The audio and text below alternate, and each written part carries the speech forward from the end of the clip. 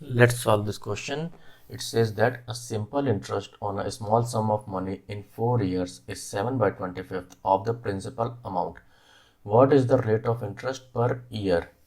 So to solve this question, we will first suppose the principal amount. Let the principal amount be 100x. For easier calculation, we have taken 100. Okay. So the time period have been given. Time period is 4 years, and let the rate of interest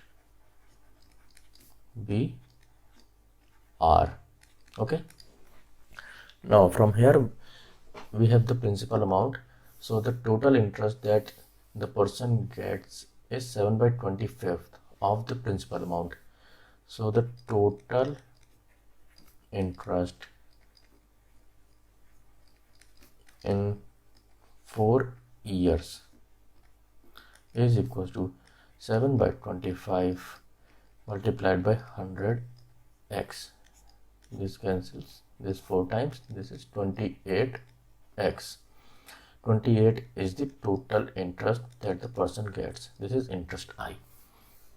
Now, as we know, the formula for simple interest is PRT over 100. This is interest. This is principal. This is rate of interest, and this is time. Okay.